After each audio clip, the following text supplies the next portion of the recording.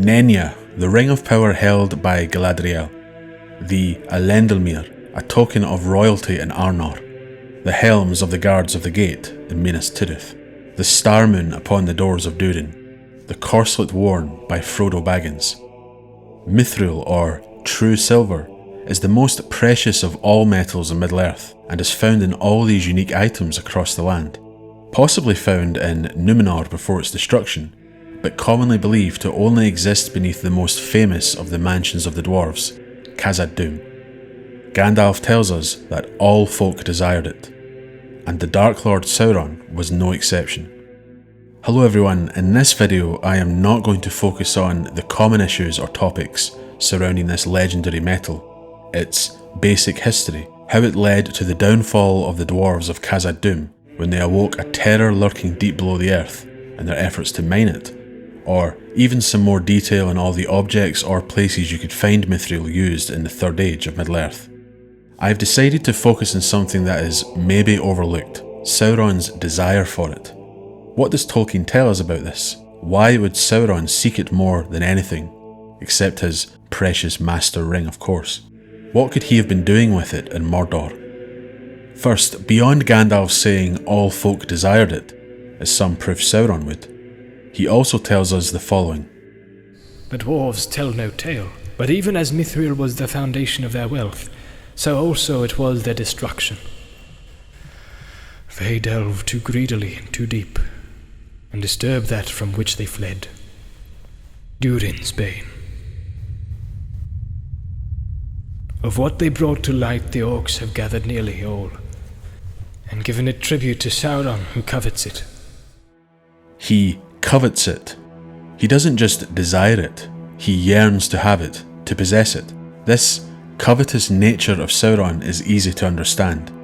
Even after he failed in his Rings of Power project, desiring to reclaim all the rings he helped make, Tolkien tells us that the rings we know as the Three were forged by Celebrimbor alone, with a different power and purpose when compared to the rest. These were the rings Sauron desired more than any of the others.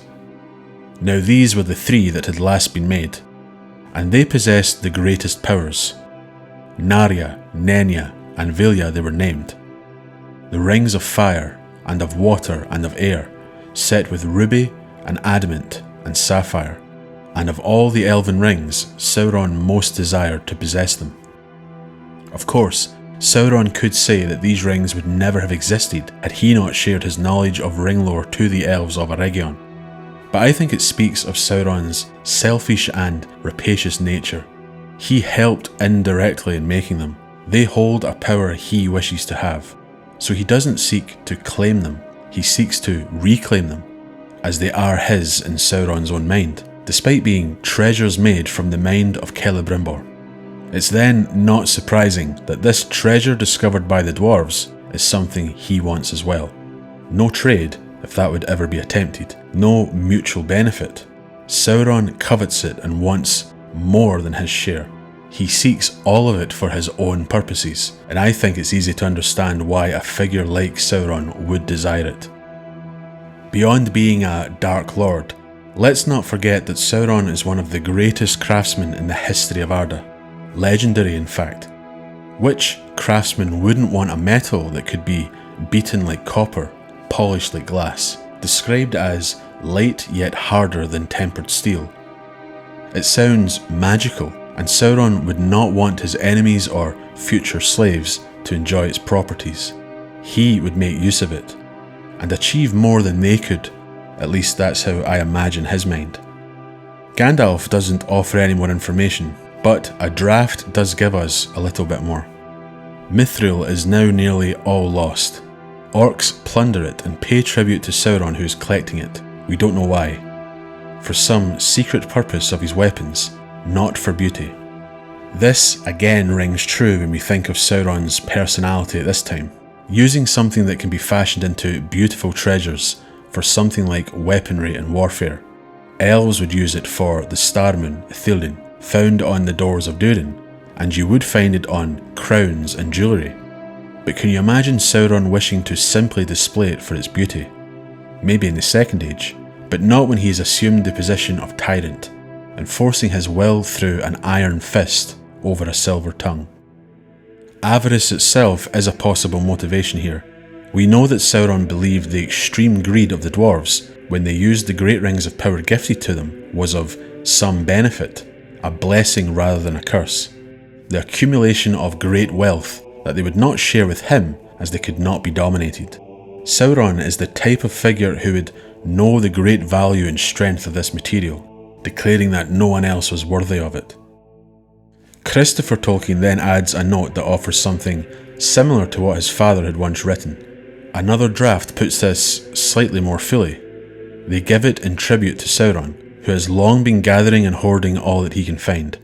It is not known why, not for beauty, but for some secret purpose in the making of weapons of war. We never see these weapons, unless you want to use your imagination and picture the use of Mithril in a weapon like Grond, the great ram used to assault Minas Tirith, or for some personal weaponry of Sauron we never got to see.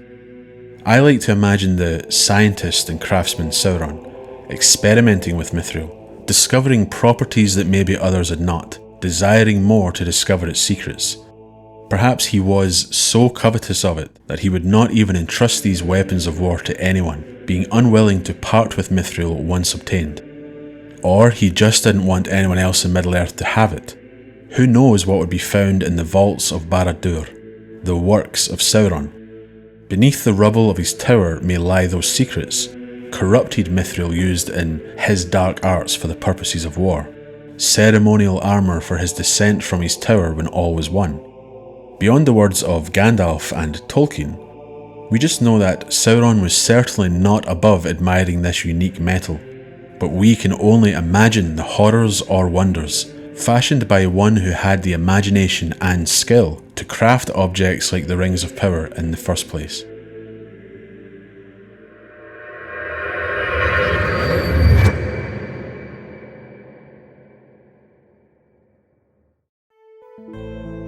Thanks for watching.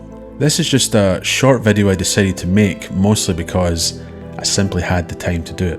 But I like topics that don't just provide some answers, but they leave room for more questions and the use of our imaginations. How do you imagine Sauron using such a material? Would he corrupt it? Could it be corrupted? Leave your thoughts, and I hope new viewers may consider subscribing and checking out some other videos on the channel. Thank you.